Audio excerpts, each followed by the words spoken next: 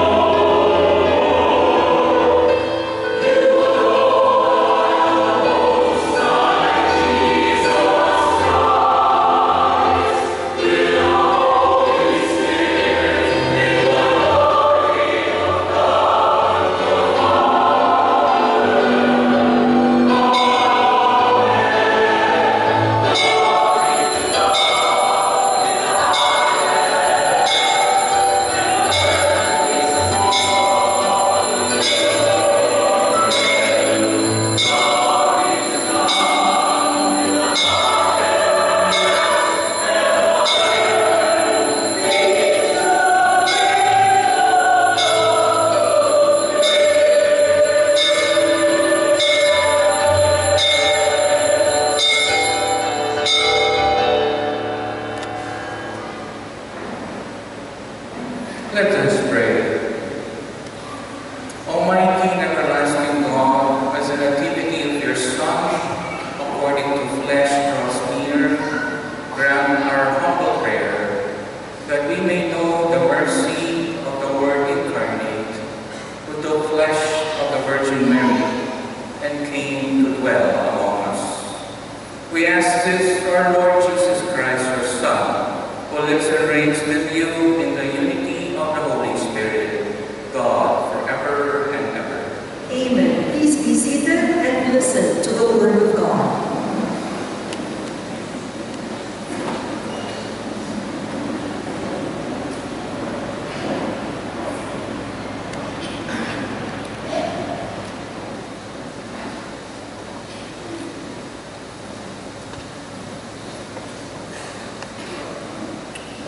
A reading from the book of the prophet Malachi. Thus says the Lord God, Lo, I am sending my messenger to prepare the way before me. And suddenly there will come to the temple the Lord whom you seek, and the messenger of the covenant whom you desire. Yes, he is coming, says the Lord of hosts. But who will endure the day of his coming? And who can stand when he appears? For he is like the refiner's fire, or the fuller's lime. He will sit refining and purifying silver, and he will purify the sons of Levi, refining them like gold or like silver, that they may offer due sacrifice to the Lord. Then the sacrifice of Judah and Jerusalem will please the Lord, as in the days of old, as in years gone by.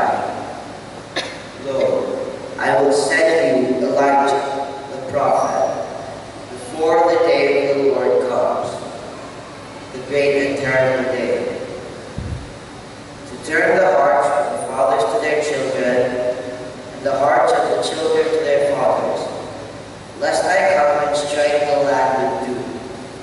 The word of the Lord. Thanks be to God.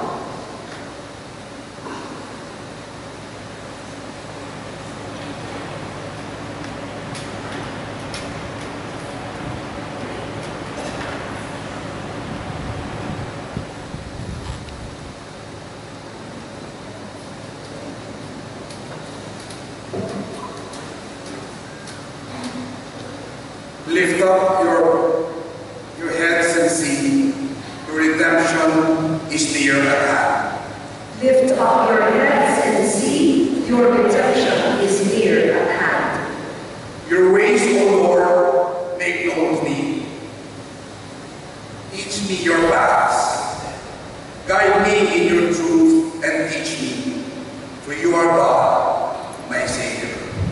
Lift up your heads and see, your redemption is near at hand. Good and upright is the Lord. Thus he shows sinners the way. He guides the humble to justice. He teaches the humble his way. Lift up your heads and see, your redemption is near at hand. All the paths of the Lord are kindness and constancy toward those who keep his covenant and his decrees. The kingship of the Lord is with those who fear him, and his covenant for their instruction. Lift up your heads and see, your redemption is near at hand. Let us all please rise to honor the gospel. Alleluia.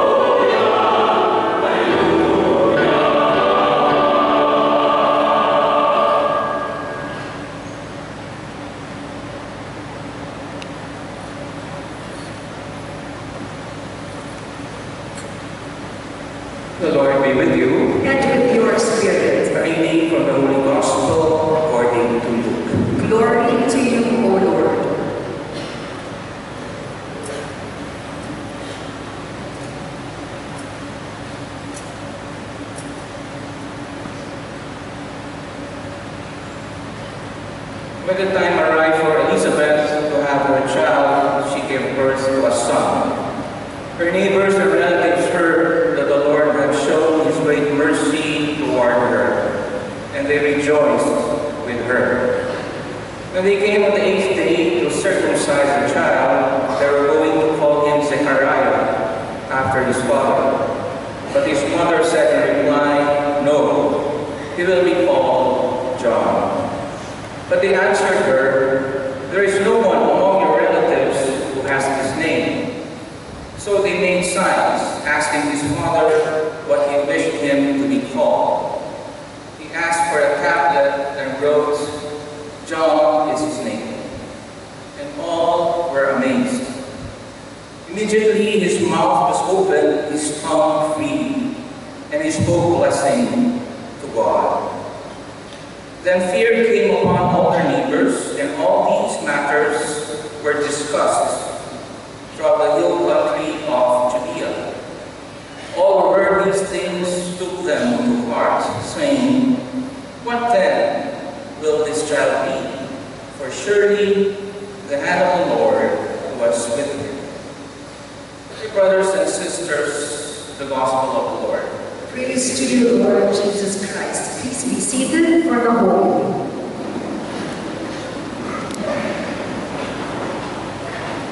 This evening's Gospel reading about the birth of St. John the Baptist that can only be found in the Gospel of St. Luke is similar to the Gospel reading on the feast of the birth of John on June 24, 6 months before Christmas.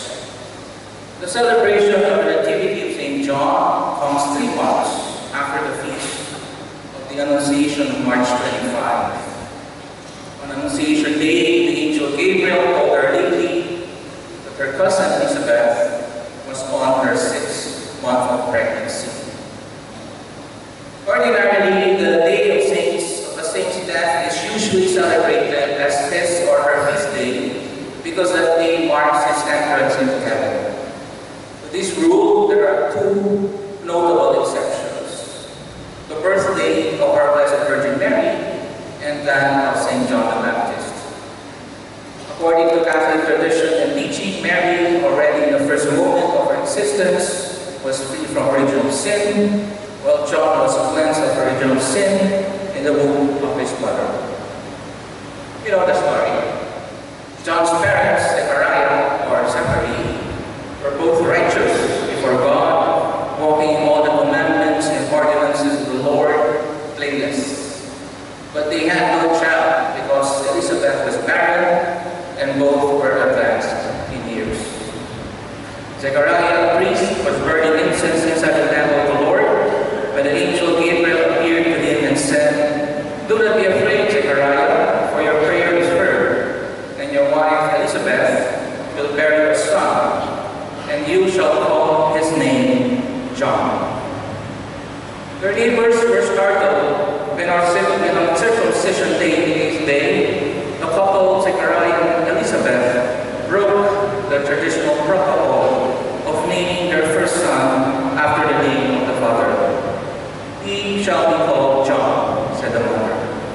The father, unable to speak that time, dumbstruck by the angel because of his unbelief, wrote on the tablet, "His name is John."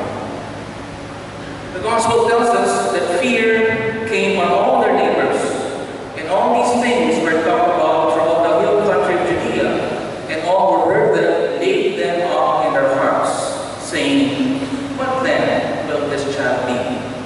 For the hand of the Lord was with him." Holy fear, or reverential awe, enveloped the hearts of their neighbors because the name of John came from God himself through the message of an angel and not from his parents. Only God could make it possible what was humanly impossible in the birth of John. And only an angel of God could make Zechariah long for his doubts and make his tongue loose when he believed. What then will this child be?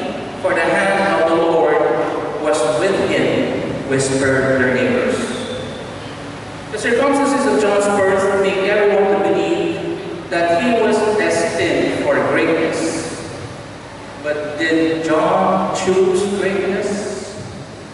While Jesus himself alluded to his disciples that he was the coming Messiah in the spirit and power of Elias, as the angel pronounced, John himself denied this. While greatness might imply living in palaces, eating good food and drinking classy, expensive wines, John chose to live in the desert, clothed with camel's hair and a leather girdle about his loins, eating locusts and wild honey. While greatness comes once more clear in identity and a significant role in salvation, history, and prides in it, John described himself as a voice of one crying in the wilderness. Who are you? Asked the priests and Levites from Jerusalem. Are you Elias? No, says John. Are you the prophet? No, says John. I am not the Christ. I am the voice, one crying in the wilderness. Make straight the way of the Lord, as said the prophet Isaiah. While greatness implies being number one, to fly, to soar, to siege, John knew his right and humble place. He was a forerunner, a precursor to the Messiah. Alam niya ang lugar niya at doon siya lulugar. He said to his followers, I indeed baptize you with water, but there shall come one mightier than I, the thong of whose sandals I am not worthy to baptize. He will baptize you with the Holy Spirit and with fire. While greatness means the Holy One, who baptizes and blesses, John tells Jesus at the Jordan, I need to be baptized by you, and do you come to me? While greatness seeks an increase in honor and status, John says to the Lord, he must increase, but I must decrease. Even Pope Francis reflects this kind of humility immediately after his papal election about himself, about his own greatness. This is me, the Pope says, a sinner on whom the Lord has turned his gaze. And this is what I said when they asked me if I would accept my election as pontiff. I am a sinner, but I trust in the infinite mercy and patience of our Lord Jesus Christ, and I accept in a spirit of penance. John is no way great in this worldly terms, but is great in truth and in virtue. Says Jesus, for I say to you, among those that are born of women, there is not a greater prophet than John the Baptist. John was made great by the hand of God and not by any power of men. In Hebrew, John means Yahweh is gracious, or Yahweh has mercy. Sa Filipino pa, ang Panginoon ay habag, ang Panginoon ay awa, ang Panginoon ay kagandahang loob, ang Panginoon ay biyaya. Ang tao may magandang loob, may kagandahang loob, ay may awa at habag. Ito ang kahulugan ng biyaya. Sa iyang kilala, sa isang kilala, ang taong may awa at habag sa kapwa. John the Baptist was a carnation of God's mercy and compassion, not only to his parents who were advanced in years, but long for a child of their own, but for everyone. Ngayon ang tanong, naranasan mo na ba ang awat at habag ng Diyos, ang kanyang biyaya at kagandahang loob, tulad ng naranasan ni Zacarias at Elizabeth? Nung ikaw ay minsan nangarap para sa iyong sarili at sa mga mahal mo sa buhay, isang pangarap na imposibleng makamtan na iyong talino at sipag, ngunit posible sa lakas ng kamay ng Diyos. Nung narinig mo na ang mensahe ng Anghel, at dahil sa takot at tindi ng gaba, hindi ka pa naniwala, kay dahil pang tanong at duda. At pagkatapos, nakaranas ka pa ng uno sa buhay mo, isang matinding pagsubok. At pagkatapos, Sa sandali ng iyong takbo at tiwala sa Diyos, ikaw ay agad-agad na naging tiwala. Halimbawa, sinagip ka na ba ng poong may kapala, minsan ikaw ay doon sa lugar? Noong ang mahal mo sa buhay ay may matinding karamdaman. Noong asawa mo, binata o dalaga mo ay nagmawala. Noong matindi ang hirap mo sa trabaho dahil kay boss o sa mga kasama mo sa opisina. Noong lubhang nasaktan ka ng matindi dahil sinira ng isang mahal mo sa buhay ang tiwala mo. Sino si Juan? Ano si Juan? Siya ang awa at habag ng Diyos, ang kagandaang loob ng Diyos. Ito ang kahulugan ng biyaya. Biyaya na nakahulugan ng mga tao may awa at habag sa kapwa. May kagandaang loob sa mga nangailangan ng kanilang awa. Nagdudulot ng biyaya sa buhay na may buhay. At dahil dito, nagbabagong buhay ang mga kinaawaan nila. Colonel Fermin Carangan was on duty at the Tacloban Airport when Yolanda made landfall. Since the airport is by the ocean, the military office was washed away. Some military personnel vanished into the Black Sea. Colonel Carangan managed to grab a plank, part of the ceiling joist of their office. As he was swimming, he saw a boy also floating, hugging a coconut tree. He swam towards the boy.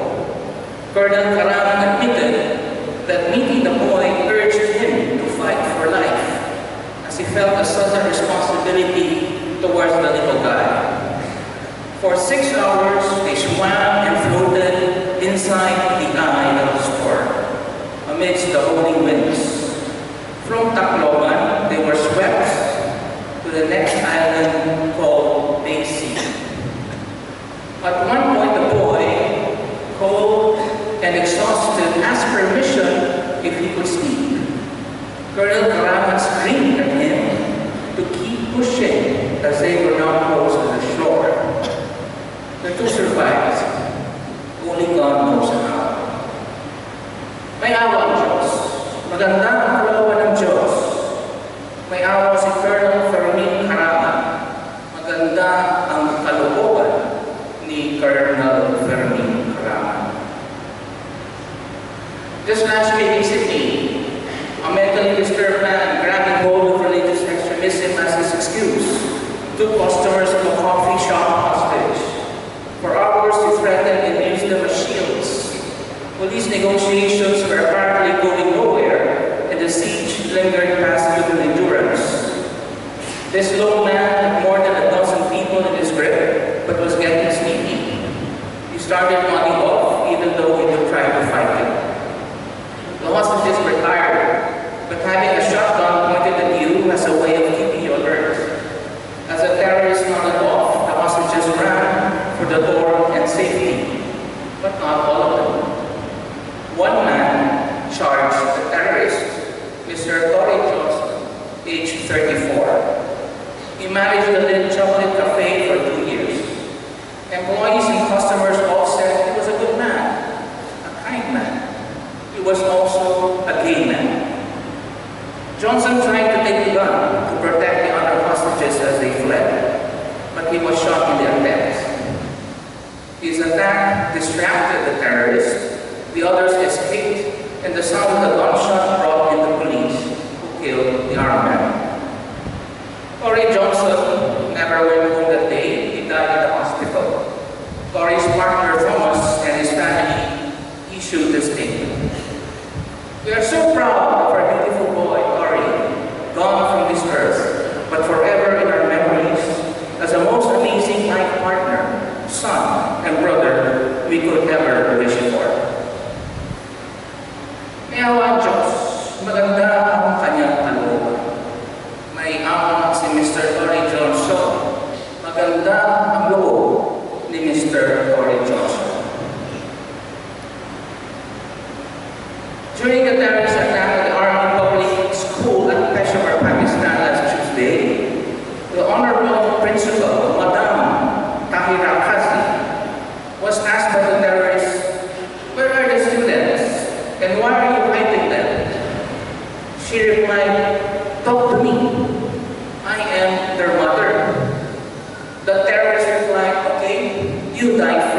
in a miserable way. She was burned and bullets were fired in her head directly. May awa ang Diyos. Magandang kalooban ng Diyos. May awa si Madam Tahira Kasi. Maganda ang kalooban ni Madam Tahira Kasi. When the Taliban terrorists entered the classroom of a young teacher, Miss Afsha Ahmed, only aged 24, she immediately understood what was going on before her students did. She rose immediately and prevented the gunmen from targeting her students. Her last words to the terrorists were, "You must kill me first, because I will not see my students' bodies lying in front of me." They threw something at her, according to the students' account, and the next thing her students knew, she was on fire. And even while burning, she shouted at her wards, "Run away, run away, find refuge." May awa ang Diyos, maganda ang kanyang kalooban. May awa si Afsha Ahmed, maganda ang loob ni Afsha Ahmed. My friends, these are some of the real-life stories of people who exemplify the mercy and compassion of God to others. They even offered their lives, their own lives, to show it. May awa ang Diyos, magandang kalooban ng Diyos. Nagpapadala siya ng mga anghel, ng mga San Juan sa ating buhay, upang ang imposible sa mata ng tao ay nagiging posible sa kamay ng Diyos. My dear friends, the theme of the apostolic visit of Pope Francis this coming January is mercy and compassion. It will comfort, among others, victims of last year's earthquake and Typhoon Yolanda in the Visayas. This recalls what our Lord did when, after seeing the people, felt compassion for them because they were distressed and dispirited like sheep without a shepherd. In his apostolic exhortation, Evangelii Gaudium, the joy of the gospel, Pope Francis proclaims that the Church must be a place of mercy, freely given, where everyone can feel welcomed, loved, forgiven, and encouraged to live the good life of the gospel. Thus, the Holy Father's visit is to bring Christ's compassion for suffering people still struggling to rise from the devastations wrought by the earthquake and the typhoon that hit the Visayas last year. The CBC President and Ilian Negupan Archbishop Socrates Vinegas said that the most distinctive way to prepare spiritually for the coming of Pope Francis is for the country to become a people rich in mercy. The Archbishop said, "Our compassionate shepherd comes to show his deep concern for our people who have gone through devastating calamities, especially in the Visayas. He comes to confirm us in our faith as we face the challenges of witnessing the joy of the gospel in the midst of our trials. This is a local way of showing mercy and compassion." Filipinos, as a preparation for the papal visit, resolved to make an act of mercy every day, such as giving food to the hungry, helping build homes for the disaster victims, visiting prisoners or patients in the charity wards of hospitals, drug rehabilitation centers, homes for the elderly, and orphanages. It is a time to relearn and live the spiritual and corporal acts of mercy. Further, the bishops encourage us to meet Christ, mercy himself, in the tribunal of mercy, the sacrament of reconciliation. There, in the person of the priest, he awaits us with open arms to show us his mercy, compassion, and love. The CPCP President continues, "Let us make mercy our national identity. Trust in God's mercy is part and parcel of our traditional Filipino Christian culture. Let us make the practice of mercy our gift to the Pope when he comes to visit us." My dear brothers and sisters, in this Advent and coming Christmas season, may we heart by the soul mercy of God, so that we can also show acts of mercy to others in need. Panginoon, kawan mo kami.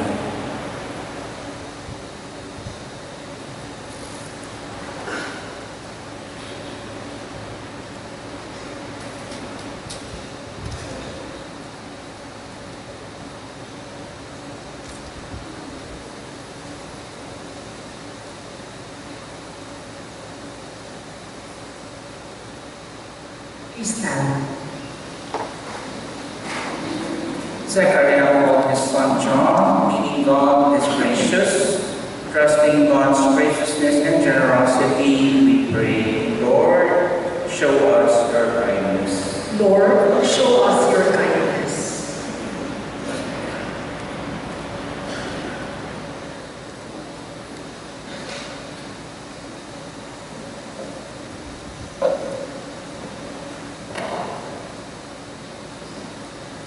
Church and government leaders may show God's graciousness by their loving and persevering service to God's people.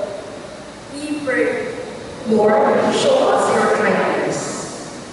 that we may come to appreciate our Christian name in dignity and live up to our baptismal promises. We pray Lord, show us your kindness. that we may become a united and caring community where sorrow is halved and joy is multiplied. We pray Lord, show us your kindness. that families who gather together at Christmas and the New Year may renew their love, solidarity, and support for one another. We pray Lord, show us your kindness. that the Lord may bless our people with a rich harvest for bodily nourishment and spiritual growth. We pray Lord, show us your kindness.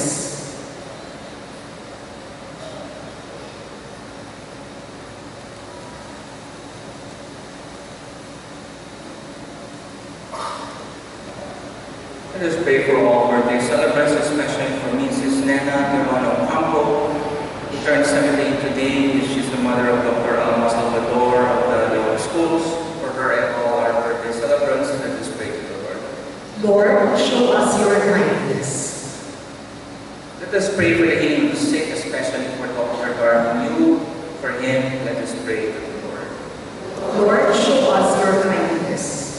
For the repose of the soul of Mr. Eric Tumimba, staff of the KMC and the grade school, for him and for the comfort and consolation of the family in this time of sorrow and mourning, let us pray to the Lord. Lord, show us your kindness. Loving Father, watch over your people. May we strive to please you at all times. This we ask through Jesus, your Son, who lives and reigns with you and the Holy Spirit, one God, forever and ever. Amen. Please be seated for the preparation of the altar and the gifts.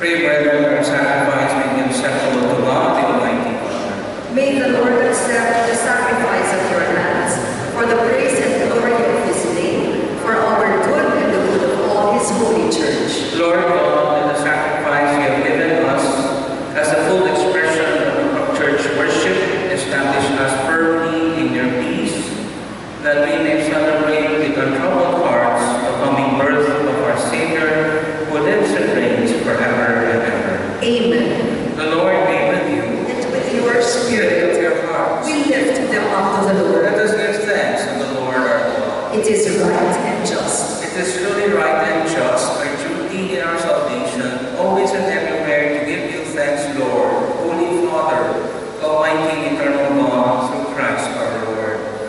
For all oracles of the prophets foretold him, the Virgin Mother longed for him with love beyond telling. John the Baptist sang of his coming and proclaimed his presence when he came. It is by his gift that already we rejoice at the mystery of his nativity, so that he may find us watchful in prayer, and exalt them in his praise. And so with angels and archangels, with thrones and dominions, and with all the hosts of powers of heaven, we sing the hymn of your glory, as without end we acclaim.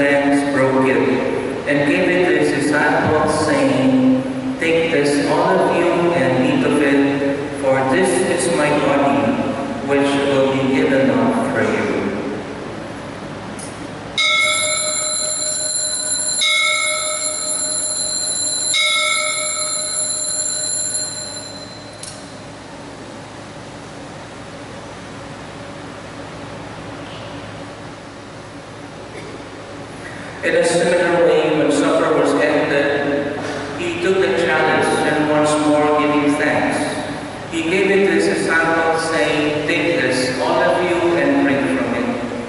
For this is the chalice of my blood, the blood of the new and eternal covenant, which will be poured out for you and for many, for the forgiveness of sins. Do this in memory of me."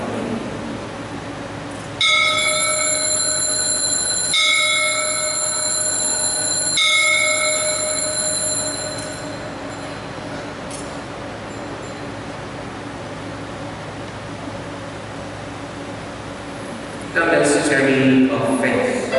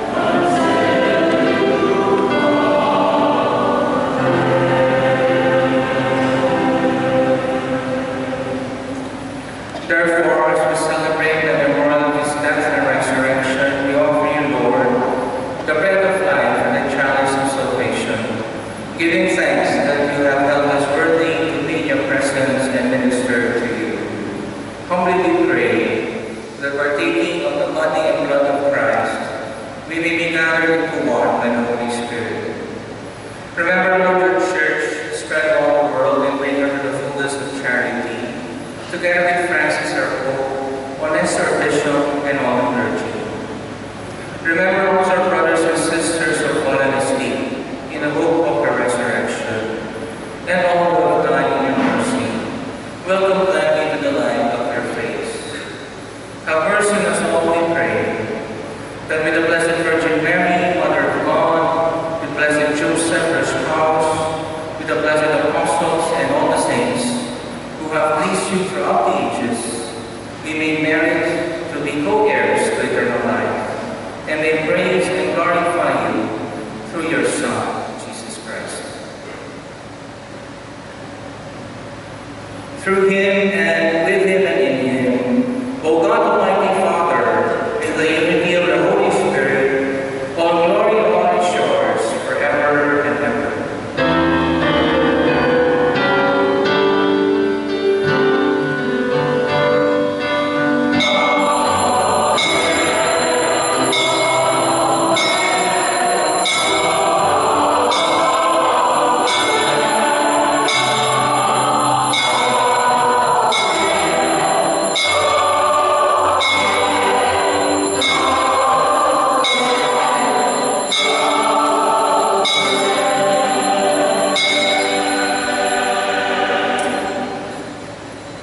At the Savior's command, informed by divine teaching, we dare to say,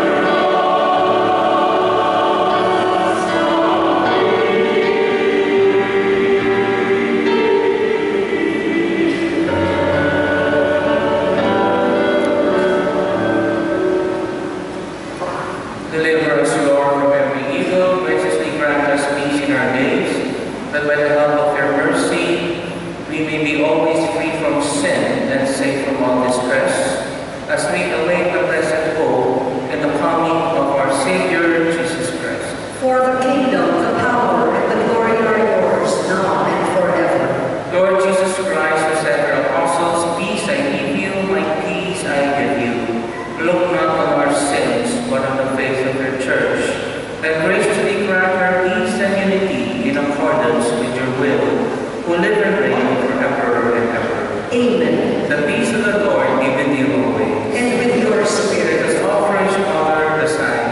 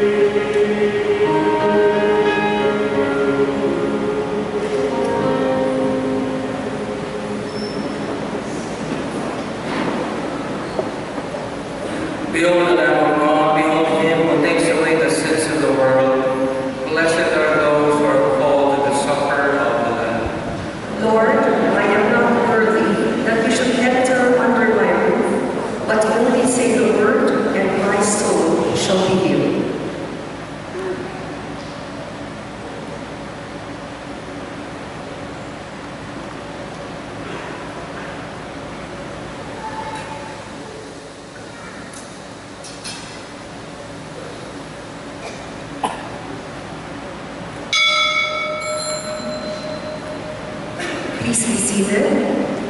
For an orderly distribution of communion, kindly remain in your seats until our communion ministers have reached their designated posts. Thank you.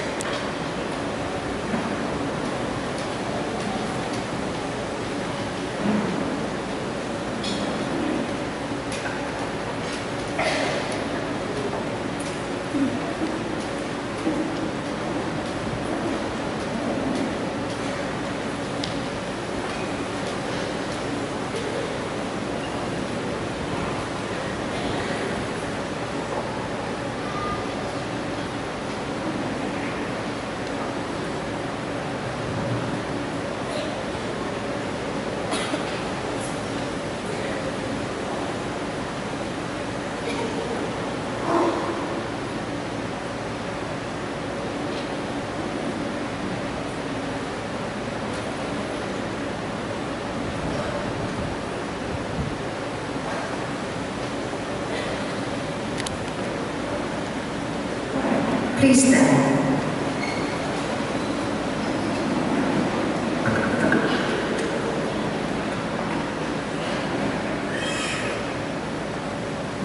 Let us pray. Grant pardon and peace, O Lord, to those you have fed with heavenly gifts, so that at the coming of your beloved Son we may hasten to greet him with lamps aligned in our hands. We ask this through Jesus Christ our Lord. Amen. Please be seated for some announcements and acknowledgements. Our Christmas Eve Mass tomorrow will be at 8 p.m. Father Jeff Villarino of the Society of Jesus will be the presider and holinist. Our next Mass at the church will be on January 4, the first Sunday of the year. There will be no Mass on Christmas Day, New Year's Eve, and New Year's Day. Our sincerest thanks to our choir tonight, the Ateneo Chamber Singers.